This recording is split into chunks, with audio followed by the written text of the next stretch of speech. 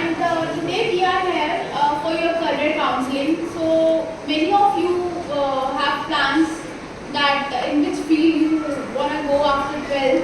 So maybe most of you have started preparing. So we are here just to brief you about some of the courses that CLAT PG and if you want to make a career in particularly law subjects. So we are here to give you the brief about the CLAT PG, CLAT UG, and if you don't want to go particularly not in the law, then we have a subject like CUT, that is the main entrance that everybody has to be aware. Even if you want to go for a college for the courses other than the law, even for that you need to prepare for CUT exam. And so further information please serve with me. Thank you. Thank you, ma'am. Hello everyone, I am audible? आवाज तो आ रही होगी यार and में, ठीक है ना? ज्यादा टाइम नहीं वेस्ट करूंगा, 10 मिनट सुन लेना, इंटरेस्टिंग होगा और करियर में हेल्प करेगा, गारंटी मेरी। और एक बार आपने मेरा ट्रैक रिकॉर्ड सुन लिया, आप मैम से कह के मुझे फिर बुलाओगे, इस सर को बुलाइए। तो सबसे पहले मैं अपना इंट्रोडक्शन देता हूं। I am Puneet Sharma, advocate as well as academician. आप सब 11th क्लास में, 11th में ना? तो since you all are in 11th class, तो कुछ ना कुछ तो ड्रीम आपने देख ही लिया होगा, कोई गोल, कोई एस्पिरेशन जो अचीव करना लाइफ में, क्योंकि उसी के बेसिस पे तो आपने अपनी स्ट्रीम चुनी है। लोग साइंस क्यों लेते हैं? डॉक्टर, इंजीनियर बनने के लिए। सीए, सीएस करनी है तो कॉमर्स करेंगे। अगर आपको humanities, journalism, mass communication, literature, ठीक है। आज मैं आया हूं कुछ चीजें डिस्कस करने, पर्टिकुलरली करियर काउंसलिंग, उसमें भी आपको गाइड करने कि आप जो भी आपने सोचा है, कुछ भी, आप उसको कैसे अचीव करें। मैंने कैसे अचीव करा? जैसे 140 करोड़ की आबादी वाला देश है, हर इंसान सपना देखता है। रिक्शे से बाहर निकलोगे ना अपने कॉलेज स्कूल के गेट से, किसी रिक्शे वाले से ही पूछोगे कि सर क्या बनना है, वो भी कहेगा मुझे तो बिजनेस करना है भाई, प्रधानमंत्री बनना है। आपका भी सपना होगा डॉक्टर बनना है, इंजीनियर, लेकिन गारंटी मेरी 100 लोगों ने अगर कोई सपना देखा है, यह फैक्चुअल प्रूफ है कि अगर 100 लोग किसी एक चीज के लिए सपना देखते हैं ना, तो कोई एक होता है जो अपना गोल अचीव करता है, सिर्फ एक। सोचते समय कि भैया डीयू में पढ़ेंगे, नॉर्थ कैंपस में, लेकिन आप में से ना जाएगा कोई एक, बाकी सारे आउट ऑफ कैंपस या छोटे मोटे कॉलेजेस में। यह फैक्ट है। आईआईटी का एग्जाम कोई एक या दो क्रैक कर पाएंगे आपके पूरे स्कूल में से। तो बात आई कि भाई ऐसा क्या होता है कि 100 लोग एक सपने को लेकर चलते हैं, लेकिन बन कोई एक पाता है। आपके घरों में ही होगा, बनना कुछ चाहते थे लेकिन बन कुछ गए, आपके फादर साहब भी, आपके घर में भी। तो मैं आपके एग्जांपल से बताता हूं। एक मैम आपका पेपर लेती है, आपके स्कूल में पेपर होते हैं, उसके अंदर आप सब मेहनत करते हो, फेल होने के लिए तो कोई नहीं करता, जितना मुझे पता है कि पास हो जाए, लेकिन कोई एक होता है आपकी क्लास में जो टॉप करके जाता है। बाकी सब एग्जाम दिए हैं, टॉप किसी एक ने करा, तो टॉप कैसे कर जाता है? तो सवाल तो ये है कि मतलब उसने अपना सपना पूरा कर दिया, आप सबको टॉप करके दिखा दिया। तो बात आई टॉप कैसे? अगर आपका ये मानना है ना कि टॉप वो बंदा करता है जो जीनियस है, सर हम तो नहीं है, इसलिए हम तो नहीं कर पाते हैं। जो करता है ना बहुत टॉपर है, बहुत पढ़ता है। पहली बात, ये सबसे बड़ा मिथ है। ये मिथ है कि जो बंदा टॉप कर रहा है वो क्या कहते हैं, जीनियस है। मैं अपने एग्जांपल से बताता हूं। मेरी स्कूलिंग हुई है रामजस पूसा रोड से, 11 साल लगातार तो मैंने पूरे स्कूल को टॉप करा। मेरी graduation Delhi university north campus से। मैंने एलएलबी का एग्जाम दिया दिल्ली यूनिवर्सिटी।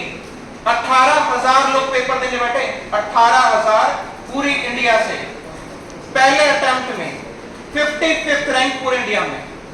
और मेरा कोई बैकग्राउंड नहीं है लॉ का, मेरी फैमिली का भी नहीं है।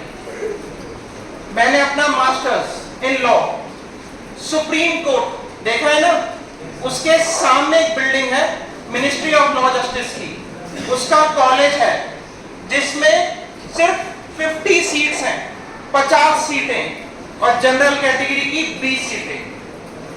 फर्स्ट अटेम्प्ट में 3,000 लोग बैठे थे पेपर देने, पूरे इंडिया में टॉप एक अटेम्प्ट में, सबको गिरा के। एक होता है अगर आपको इंडिया में प्रोफेसर बनना है तो जेआरएफ का एग्जाम होता है, लोग नेट देते हैं। नेट कौन, मान लीजिए 40,000 लोग पेपर देने बैठते हैं, उसका एक 10% मतलब 4,000 लोग नेट बने, मतलब कॉलेज में प्रोफेसर बन सकते हैं। 4,000 का 0.1% सिर्फ 150 लोग बनते हैं जेआरएफ होल्डर। जेआरएफ होल्डर कौन होते हैं, सुन के आपको हैरानी होगी। इस देश में पढ़ने के पैसे मिलते हैं। जो जेआरएफ होल्डर होता है ना, उसको बस पीएचडी में एनरोल करना है। इंडियन गवर्नमेंट अपने खर्चे से हर साल हर महीने उसको 50,000 रुपए देगी, पढ़ने के पैसे मिलते हैं हिंदुस्तान में। लेकिन शर्त क्या है, उन 40,000 लोगों में टॉप करके आना है। पहला अटेम्प्ट पूरे इंडिया में 25th रैंक। और मेरे बनाए हुए अभी तक 10 जजेस, 50+ स्टूडेंट जो एनएलयूज में गए हैं, national law colleges, more than 50 students CUET clear करके बैठे हैं। एट द एज ऑफ 28 मैंने सब अचीव करा, सिर्फ 28 साल की एज तक आते आते हैं। और मैं खुला बोलता हूं कि मैं जीनियस नहीं हूं, ना मैं ब्रिलियंट हूं, नॉर्मल हूं आपकी तरह, सिर्फ नॉर्मल, कोई जीनियस नहीं हूं। तो आज मैं आपका एक भेद बोल देता हूं टॉपरों का। जो आपको लगता है ना कि आप टॉप नहीं कर पाए और आपकी क्लास का लड़का टॉप कैसे कर जाता है, और मेरी तरह अपने सारे गोल अचीव करना चाहते हो, 2 चीजें सिखा के जा रहा हूं। इसको पल्ले गांठ बांध लेना। आज से 4 साल के बाद गारंटी मेरी, ऐसा स्टेडियम होगा, आप मेरी जगह खड़े होकर दुनिया आपको सुन रही होगी। सिर्फ ये 2 चीजें। पहली, एग्जीक्यूशन ऑफ द प्लान। सोचते सब हैं, आप सब भी सोचते हैं कि मैम ने टेस्ट बोला पढ़ के जाएंगे, सुबह 4 बजे उठ के पढ़ना है, 6 बजे उठ के पढ़ना है, दिन में 4 घंटे पढ़ना है, लेकिन पढ़ते नहीं। जो आपका टॉपर है ना, वो पढ़ लेता है। तो कामयाबी का पहला सीक्रेट होता है एग्जीक्यूशन। अपना जो सोचा उस प्लान को एग्जीक्यूट करना है। और दूसरी चीज कंसिस्टेंसी, कि जैसे जो सोचा है उसको रोज एग्जीक्यूट करना है। आपकी क्लास का टॉपर, मैं क्यों टॉप कर जाता हूं कि मैं डेली, दिन में कुछ भी हो, 4 घंटे जरूर पढ़ूंगा। आपका टॉपर डेली पढ़ता है, आप एक रात पहले या एक हफ्ते पहले किताब उठाते हो, इसलिए आपकी रैंक नहीं आती और वो टॉप करके चला जाता है। सचिन तेंदुलकर का नाम सुना है? सचिन तेंदुलकर क्या कहते हैं? God of cricket. क्यों कहते हैं? क्योंकि सचिन एक ऐसा इंसान है, साल के 365 दिन, साल के 365 दिन वो वानखेड़े स्टेडियम में होता था खेलने के लिए। संडे के दिन पूरा वानखेड़े स्टेडियम सिर्फ एक इंसान के लिए खुलता था, सचिन रमेश तेंदुलकर। कंसिस्टेंसी, वो टॉप कर गया सब, ब्रिलियंट नहीं था। तो यही 2 सीक्रेट हैं, पल्ले गांठ बांध लेना, एग्जीक्यूशन प्लस कंसिस्टेंसी। अगर ये 2 चीज अचीव कर ली तो जो सोचा है ना, सीए, सीएस, आईएएस ऑफिसर, जज, पब्लिक प्रोसिक्यूटर, वो सब अचीव करोगे। वरना वही हाल होगा कि 100 लोगों ने सोचा, बना 1, बाकी सारे दाएं में बैठे हुए। तो पहली चीज एग्जीक्यूशन और कंसिस्टेंसी। अब दूसरी चीज, क्या आपको पता है चंद्रगुप्त मौर्य का नाम सुना है? चंद्रगुप्त मौर्य, उसका गुरु कौन था? चाणक्य। अर्जुन, अर्जुन के गुरु कौन थे? द्रोणाचार्य थे ना। अब मैं आपको बताता हूं importance of a good teacher in your life, कि अगर सही गुरु मिल गया, मेरे जैसा मिला, जो मेरे को मिले थे, तो आपकी लाइफ पलट गई। जो सोचा वो अचीव होगा, वो करके देगा। चंद्रगुप्त मौर्य के बारे में बताता हूं, शायद से मैम ने आपको पढ़ाया होगा। एट द एज ऑफ 20 साल की एज में वो इंसान चक्रवर्ती सम्राट बना। एक होता है राजा, एक होता है चक्रवर्ती सम्राट, मतलब राजाओं का राजा। जैसे आपके सीएम होते हैं, दिल्ली का सीएम, पंजाब का सीएम, हरियाणा का सीएम, वो सब सीएम है। उन सब का सीएम कौन है? सीएमओ में CM, prime minister Narendra Modi. राजाओं में राजा। आपसे सिर्फ थोड़ा बड़ा होगा, 20 साल की एज में आधा इंडिया कॉन्कर करके बैठ गया, सिर्फ 20 साल की एज में। कोई नहीं कर पाता यार। क्यों करा? क्योंकि उसके गुरु ने करवाया, उसके चाणक्य ने।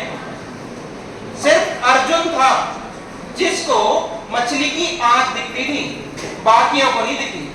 बाकियों को तो पूरी मछली दिखी थी। तो अर्जुन इतना बड़ा कैसे बना? द्रोणाचार्य। अब मैं अपने हिसाब से बताता हूं, ये जो मैंने आपको बायोडाटा अपना सुनाया ना, इतने एग्जाम टॉप, लॉ की फील्ड में जो एग्जाम है पूरे हिंदुस्तान को टॉप करा। कैसे करा? 8 साल की एज में, 8 साल की एज, मेरे पहले गुरु मेरे दादाजी मुझे बिठा के ना सिर्फ एक बात समझा के चले गए। कहते पुनीत, हम मिडिल क्लास लोग हैं, ऐसे आए और ऐसे ही चले जाएंगे, कोई याद नहीं रखेगा तेरे को। लिटरली कोई याद नहीं रखता, कितना पैसा कमाए कोई याद नहीं रखेगा।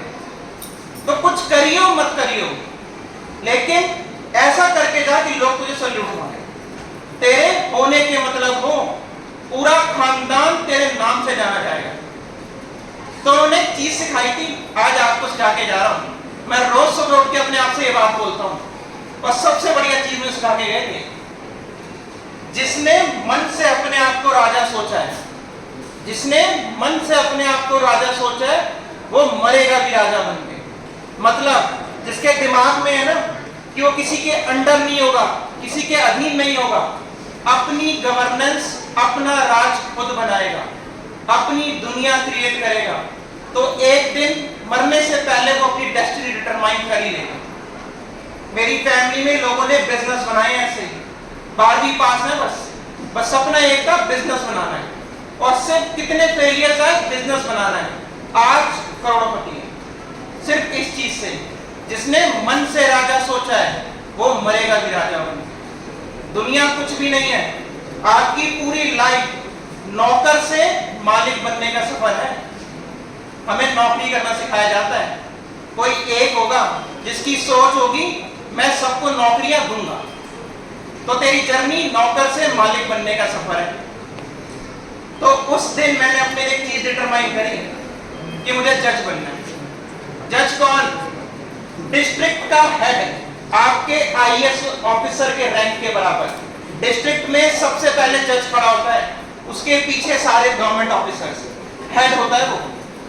23 साल की एज में नीली बत्ती की गाड़ी, घर बंगला सब कुछ, जिसके लिए लोग मरते हैं सब उसके पास है। डिस्ट्रिक्ट में हर बंदा उसको सलाम मारता है।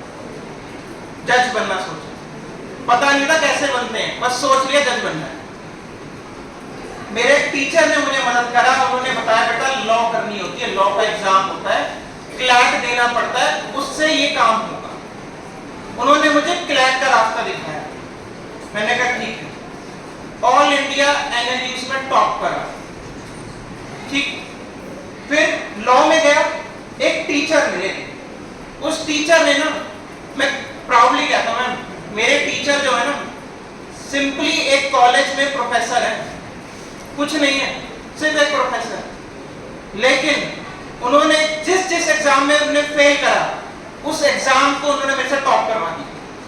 ये जो बता रहा हूं ना, ILI Indian law institute search करना, सबसे बड़ा इंस्टीट्यूट है लॉ का, गवर्नमेंट का, Indian law institute.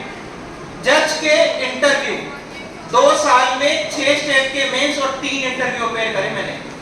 JRF holder कैसे करा? ये सारे एग्जाम मेरे सर ने दिए थे, लेकिन तुम फेल हो गए, बेचारे का हुआ ही नहीं। लेकिन उन्होंने मुझे ना मेन चीज क्या थी, अपना भेद दे दिया कि बेटा इतना पढ़ते हैं, ऐसे पढ़ते हैं, मैं तो एग्जीक्यूट नहीं कर पाया। Everything is execution of a plan, कुछ नहीं है इससे बड़ा।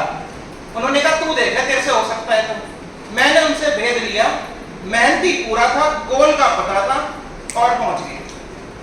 एक अटेम्प्ट में सबको गिरा के टॉप करा। तो मेरे सर ने मेरे सारे एग्जाम टॉप करवाए लगातार 3 साल। मैं लिटरली रोया उनके आगे कि सर मत पढ़ाओ, बहुत पढ़ना पड़ता है, रहने दो।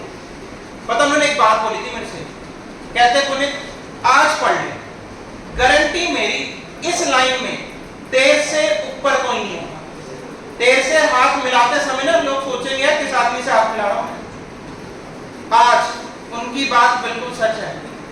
मेरे इंस्टीट्यूट में मेरे अंडर 300 प्लस स्टूडेंट पढ़ रहे हैं, क्लर्क, जुडिशरी और सीयूटी।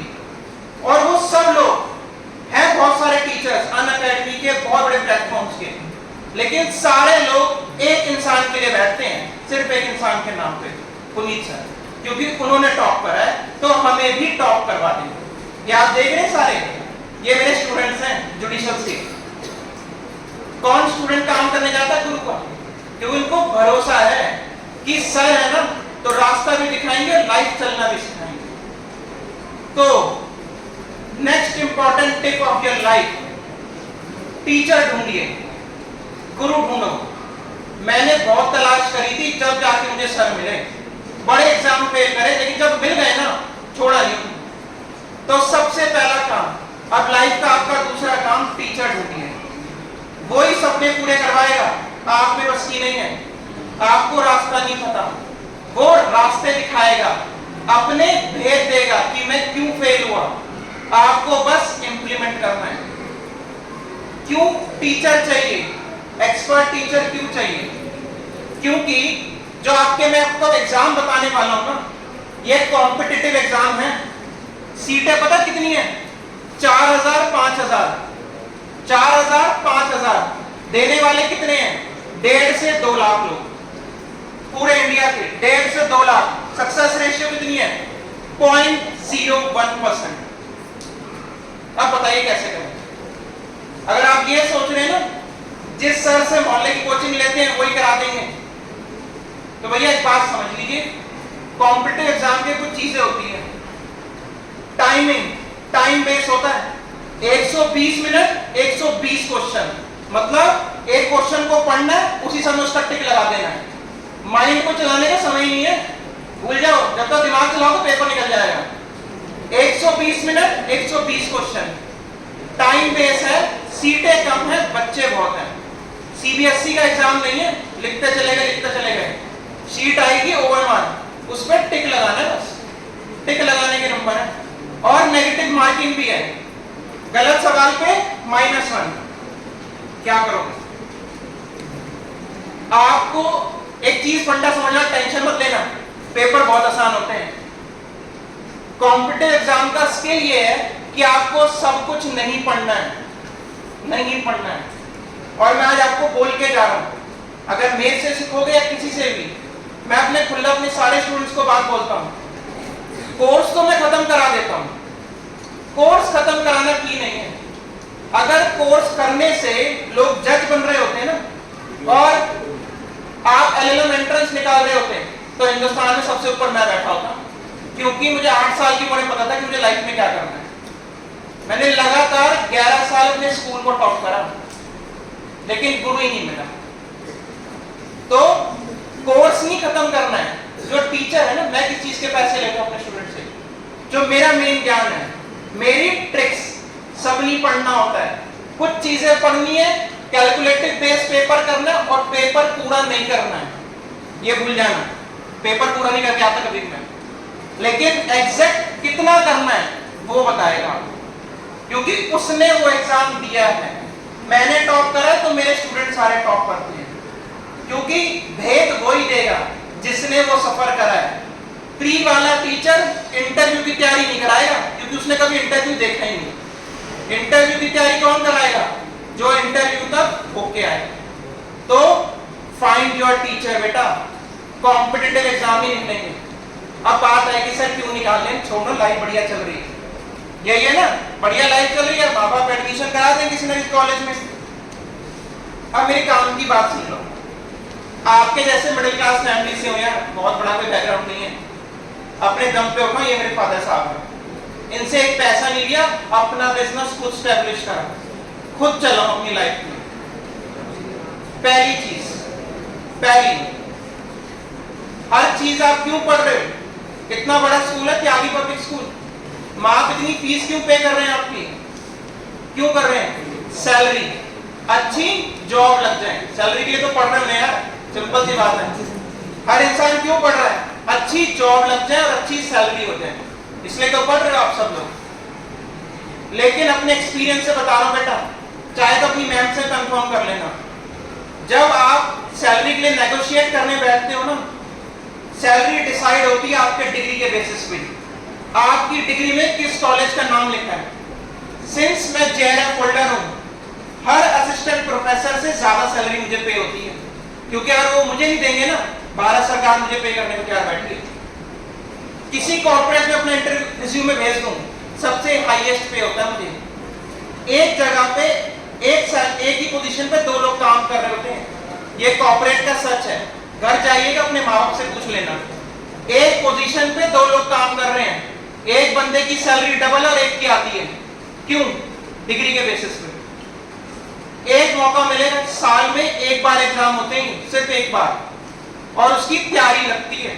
लोग कोटा का नाम सुना ना, 2-2 साल जान लगा देते हैं वहां पे, क्यों? AIR 1, 2, 3, पागल थोड़ी है यार, आपकी एज में वहां पढ़े हुए कोटा के अंदर, और मुझे पता कितना मुश्किल होता है पढ़ना सबसे भाई। क्यों? जिंदगी बन जाएगी, उनको पता अगर IIT में चले गए, पढ़ना ही नहीं है उसके बाद तो लाइफ सेट है। तो ये चीज है, हर चीज सैलरी और सैलरी डिग्री पर डिसाइड होगी। अब आप लोग ना 11th में हो, एक चीज आपको समझना जरूरी है। देखो, दो चीज तो क्लियर होगी, यहां से फंडे आपके। अगर लाइफ में सपने अचीव करने हैं, एग्जीक्यूशन और कंसिस्टेंसी, आप अपने टॉपर को भी गिरा दोगे, मैंने गिराए हैं, ब्रिलियंट न्यू आपके जैसा हूं, सारे टॉपरों को गिरा के आता हूं, सिर्फ इन दो चीजों पे। दूसरी चीज, फाइंड योर गुरु, टीचर ढूंढिए, बिना गुरु का काम नहीं होगा। तीसरी चीज जो अब आपको जानना है, जिसके लिए मैं आया हूं आपके लिए, आपको अच्छे कॉलेज में एडमिशन चाहिए, क्योंकि सैलरी बढ़िया चाहिए, काम इज्जत का करना चाहिए। मेरे दादाजी ने सिखाया, जिसने मन से राजा सोचा वो मरेगा भी राजा बन के, मतलब पूरी कंपनी को वही चलाएगा, he is a managing director of the company. छोटी सी एज में कैसे बनेगा? तो आपको एडमिशन लेना है, तो मैंने आपको फॉर्म दिया होगा, इसके अंदर एक क्लैट यूजी करके लिखा है, एक बार देखो बेटा, क्लैट यूजी लिखा है, एक फॉर्म है, उसके पीछे सिलेबस है, एक CUT है, क्लैट यूजी है। क्लैट यूजी का बता देता हूं मैं आपको कि आपके लिए सबसे रेलेवेंट है। पहले चीज समझ लो, आप साइंस के हो, कॉमर्स के हो या आर्ट्स के हो, ठीक है? साइंस, कॉमर्स, आर्ट्स, साइंस वालों की लाइन फिक्स है, डॉक्टर या इंजीनियर। अब आप अपनी लाइफ से खुश हो या दुखी हो, रहोगे डॉक्टर ही, रहोगे इंजीनियर ही, फील्ड चेंज नहीं कर सकते हो। सिमिलरली कॉमर्स वालों के लिए क्या है? CA और CS। अब आपकी CA की दुकान चल रही है या नहीं चल रही है, आप फील्ड कन्वर्ट नहीं कर सकते हो।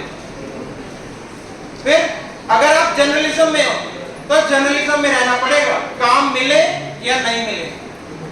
आज आपको एक फील्ड के बारे में बता के जा रहा हूं, उसके अंदर अपार संभावनाएं हैं कोर्सेज की, जो आपको ठीक लगे अपने स्किल के हिसाब से अचीव कर लो, सारे रास्ते खुले हैं, और जब चाहे करियर को शिफ्ट कर सकते हो, कोई बार नहीं है।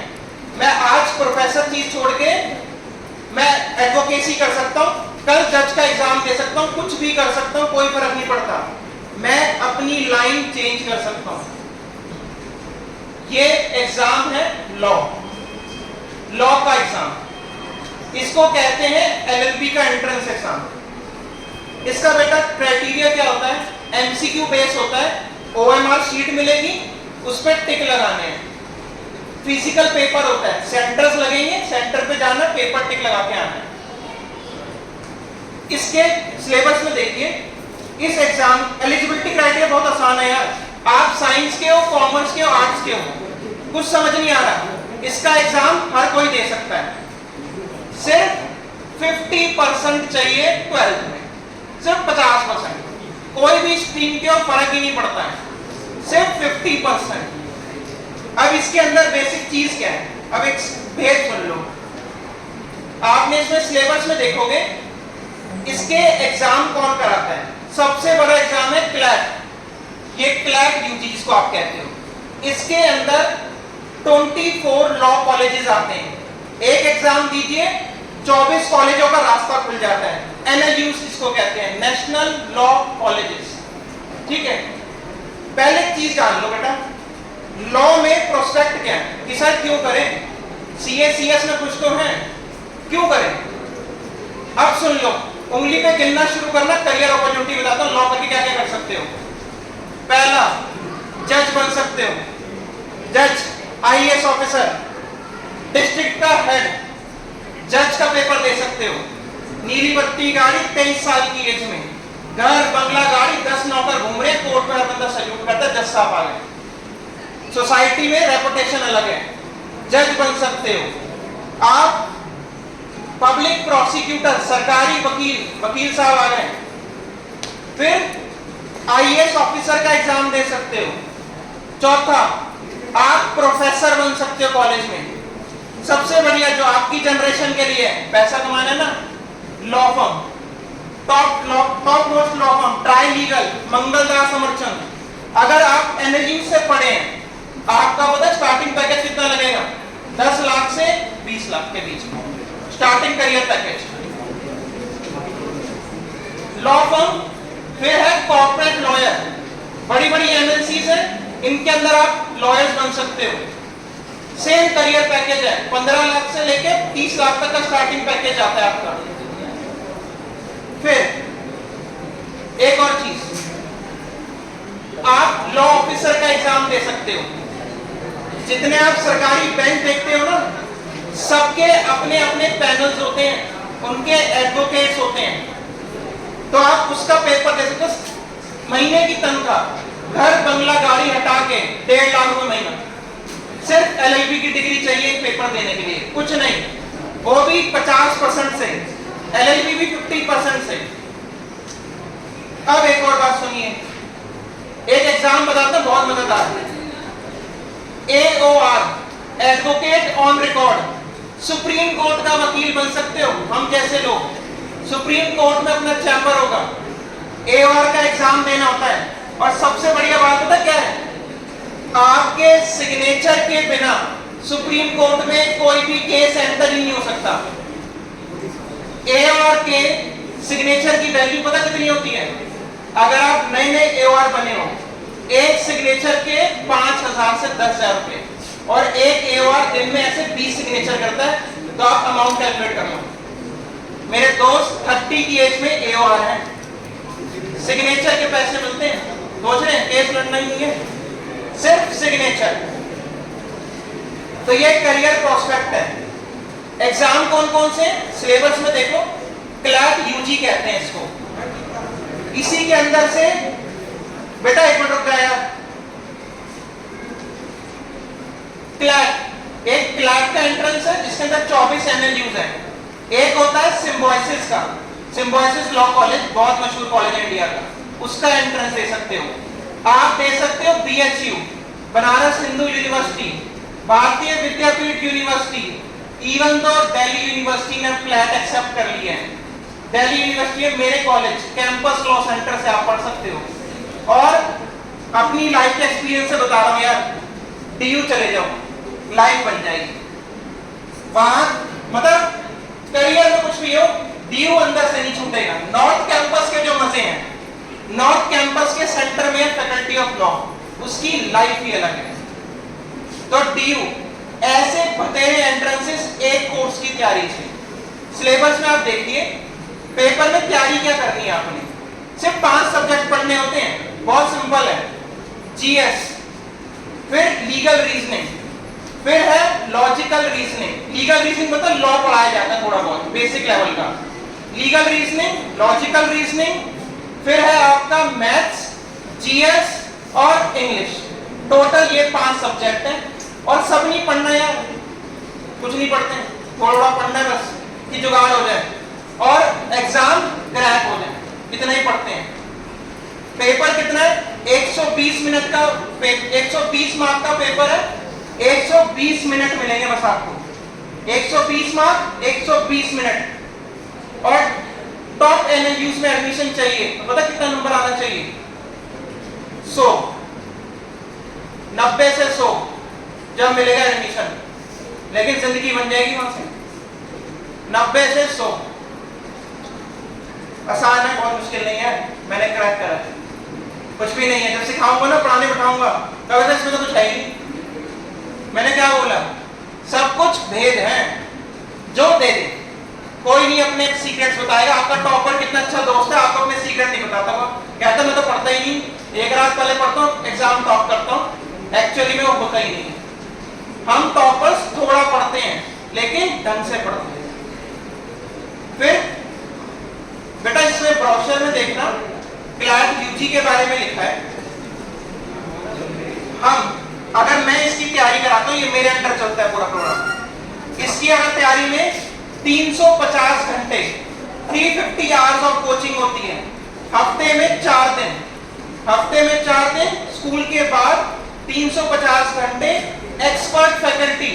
मैं तो हुई, मेरे साथ अन अकेडमी के टीचर CS फैजान सर की फोटो दिख रही होगी, गूगल सर्च करना, ये सर ऑल इंडिया टॉपर हैं, ठीक है। अन अकेडमी के टीचर, नेक्स्ट IAS के टीचर, हर बड़े इंस्टीट्यूट के टीचर्स हैं इसके अंदर। 350 घंटे, फिर मॉक टेस्ट, हर चीज प्रैक्टिस है, 50+ मॉक टेस्ट। एक और चीज, हमारा सेंटर 3 जगह पे है दिल्ली में, एक नोएडा, एक पटेल नगर और एक आपके रोहिणी सेक्टर 8 में। मैं यहाँ पढ़ाने आता हूँ, सेक्टर 8 रोहिणी में पढ़ाता हूँ। फिर इसी में ही आपको मैं बता दूं, इसमें आप देख रहे होंगे विधि मेंटोरा ऐप, मतलब इसके अंदर क्या है, ऐप बेस्ड सिस्टम है। आप घर से पढ़ो या ऑनलाइन कोचिंग लो या फिजिकल लो, इसमें एक सिस्टम डेवलप करा मैंने बच्चों की फैसिलिटी को देखते हुए। आप मेरे सामने फिजिकल क्लास लेके चले गए, घर जाते हुए आपकी ऐप पे वो लेक्चर रिकॉर्ड हो जाएगा, अपडेट हो जाएगा। जितनी बार मुझे सुनना है घर जाके आप सुन सकते हैं, रिवीजन जितनी बार कर सकते हैं। Test series, mock test, content, सब कुछ ऐप पे अवेलेबल है, प्लस फिजिकल अवेलेबल है। ऑनलाइन चुनिए, फिजिकल चुनिए, फर्क नहीं पड़ता। आप मुझे जैसे मान लो, इसमें एक और सिस्टम है, आप मान लीजिए कि आज नहीं कोचिंग कर पाए, ठीक है, छुट्टी होगी, साल के 365 दिन कोई अवेलेबल नहीं होता यार, बीमार भी होते हैं, तो आप घर से बैठ के भी क्लास ले सकते हैं। मैं वहीं बोर्ड पे, डिजिटल बोर्ड पे वैसे सबको पढ़ा रहा हूँ, आपको वैसे सुनाई दूंगा। और वो लेक्चर 15 दिन तक, 1 महीने तक आपकी ऐप पे अवेलेबल रहेगा। जितनी बार रिवाइज करना करिए, क्योंकि revision is the key to success. और इसमें एक चीज मैंने और डाली है, EMI फैसिलिटी, मतलब अगर कोई बच्चा पूरी फीस नहीं ले सकता तो ऑलरेडी बैंक से EMI में कन्वर्ट हो जाती है प्रोग्राम की पूरी फीस। और बात आई कि सर अभी क्यों देना है, अगले साल दिसंबर में पेपर है, डेट आउट हो गई है, 1 साल का प्रोग्राम होगा। अभी इसलिए देना है क्योंकि मतलब अगले साल की तैयारी अभी से इसलिए शुरू करनी है क्योंकि सीटें हैं 5000, देने वाले 1 लाख लोग। मैंने क्या बोला है, अच्छी जगह, सैलरी सबसे बढ़िया। मुझे सैलरी क्यों मिलती है, इतनी अक्ल मुझे छोटी उम्र में आ गई थी, कॉलेज में घुसना पड़ेगा, टॉप मोस्ट कॉलेज में। तो आपकी सैलरी आपका कॉलेज डिटरमाइन करता है।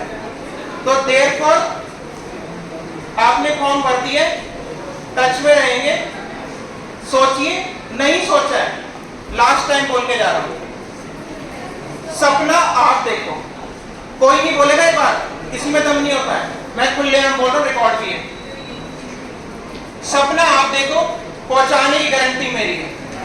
कितना पढ़वाना है, कैसे पढ़वाना है, मैं पढ़ाऊंगा और सबसे आगे मैं खड़ाऊंगा, NLU में पहुंचा के दिखाऊंगा जिस कॉलेज में आप कहूंगा। ये मेरी गारंटी है। चुनने का फैसला आपका भाई, चलना आपको पड़ेगा, बोझ नहीं उठाऊंगा किसी का, गारंटी में बोझ नहीं उठेगा। तो डिसाइड करिए क्या करना है, पेरेंट्स के साथ डिस्कस करना, मिलना है, मैम को बोलेंगे मैं फिर आ जाऊंगा। लेकिन सोचिए कि इंडिया में लोगों ने सोचना शुरू कर दिया है, 2-2 साल का प्रोग्राम करके बैठे हैं जब टॉप करने के लिए, और आपने भी चलना भी शुरू नहीं करा है। तो आप सोचिए करना क्या है, जाइए डिस्कस करिए, फैसिलिटी